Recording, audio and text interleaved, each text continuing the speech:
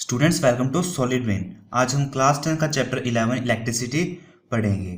सबसे पहले इलेक्ट्रिसिटी होता क्या है? Energy due to the flow of charges, कि जब चार्ज फ्लो करते हैं उनके कारण जो एनर्जी प्रोड्यूस होती है उसको हम इलेक्ट्रिसिटी कहते हैं। सबसे पहले हमें ये समझना पड़ेगा कि चार्ज होता क्या है। चार्ज को हम कैपिटल क्यू या फिर स्मॉल क्यू से डिनोट करते हैं। अभी चार्ज है क्या? जैसे कोई चीज़ का मास होता है, लेंथ होती है, प्रॉपर्टीज होती है, उसी तरह चार्ज भी क्या है? मैटर की एक प्रॉपर्टी है। चार्जेस दो टाइप के होते हैं, पॉजिटिव और नेगेटिव। पॉजिटिव को हम क्या कहते हैं? प्रोटॉन्स। और जो नेगेटिव होते हैं उनको आप क्या कहते हैं? इलेक्ट्रॉन्स। जो पॉजिटिव चार्ज होते हैं वो मूव नहीं करते, पर जो नेगेटिव चार्ज होते हैं सिर्फ वही मूव करते हैं। कभी भी वायर के अंदर जब करंट ट्रैवल करता है तो फिर पॉजिटिव जो प्रोटॉन्स होते हैं वो कभी मूव नहीं करते, सिर्फ इलेक्ट्रॉन्स मूव करते हैं।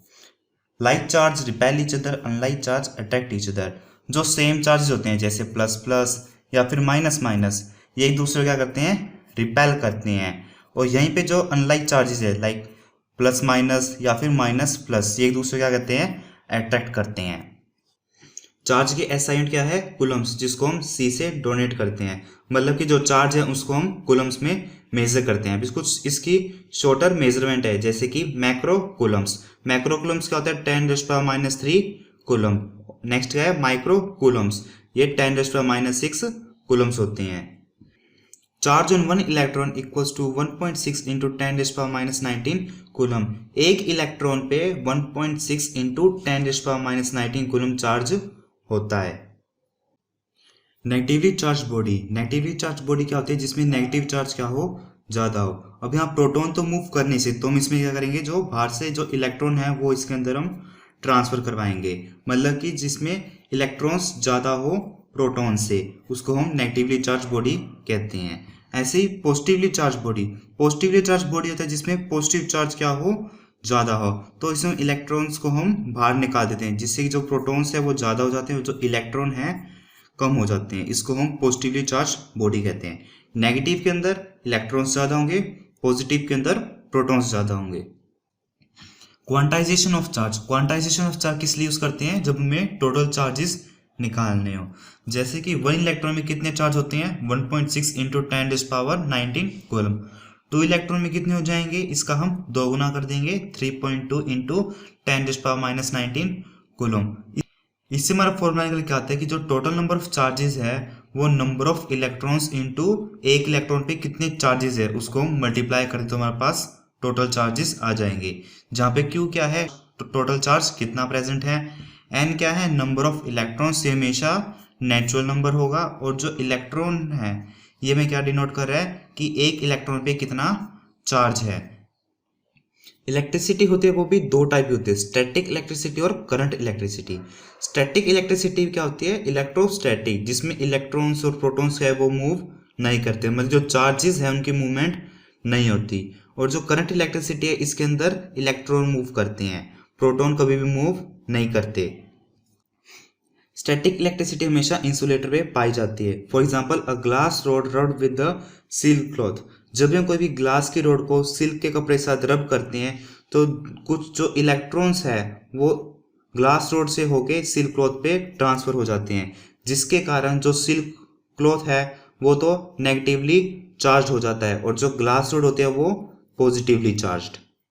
बिल्कुल इसी तरह जैसे हम वुलन क्लॉथ हो जो हम प्लास्टिक से रब करते हैं तो कुछ जो चार्जेस होते हैं वो इलेक्ट्रॉन्स वुलन क्लॉथ से रोड पे चले जाते हैं, जिसके कारण जो वुलन क्लॉथ है वो पॉजिटिवली चार्ज हो जाता है और जो प्लास्टिक की रोड या फिर प्लास्टिक जो मटेरियल होता है वो नेगेटिवली चार्ज हो जाता है।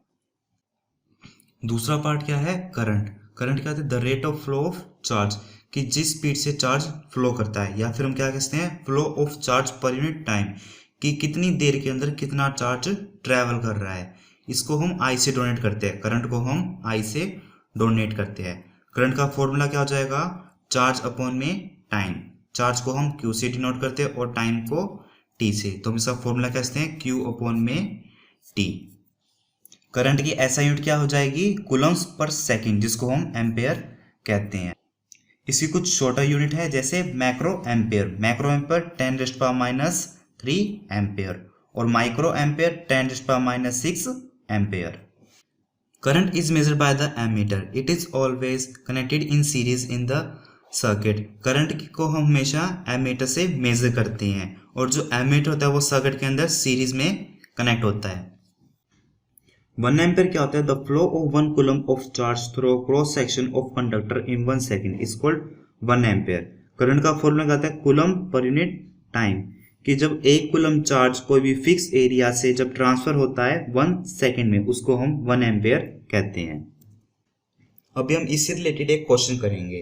Electric current of 3 ampere is passes through wire for 5 minute, कि 3 एम्पेयर करंट कोई भी वायर से पास हुआ है 5 मिनट के लिए। तो हमें क्या निकालना है? टोटल चार्ज निकालना है जो वायर से पास हुआ है। सबसे पहले हमें टाइम को एसआई यूनिट में कन्वर्ट करना पड़ेगा। तो 1 मिनट में कितनी सेकंड होती है? 60। तो फिर 5 मिनट में कितनी हो जाएगी? 300 सेकेंड्स। करंट का फॉर्मूला क्या होता है? चार्ज अपॉन में टाइम। तो फिर टोटल चार्ज का फॉर्मूला क्या हो जाएगा? करंट इनटू में टाइम। तो पास करंट कितना है? 3 एम्पेयर और टाइम कितना है पास? 300 सेकेंड। तो फिर टोटल चार्ज क्या हो जाएगा पास? 900 कूलम्स। नेक्स्ट पार्ट क्या है? Find the amount of electron passes through the wire, कि कितने इलेक्ट्रॉन पास हुए वायर से। तो इसका फॉर्मूला क्या होता है? टोटल चार्ज इक्वल्स टू में number of electrons into charge on 1 electron, Q equals to Ne। अपने को नंबर ऑफ इलेक्ट्रॉन्स निकालने हैं, वो क्या हो जाएगा? Q अपॉन में E। अपने पास चार्जेस कितने आए थे? 900 कूलम अपॉन में 1 इलेक्ट्रॉन में कितने चार्ज होते हैं? 1.6 इंटू 10⁻⁻19 कूलम्स।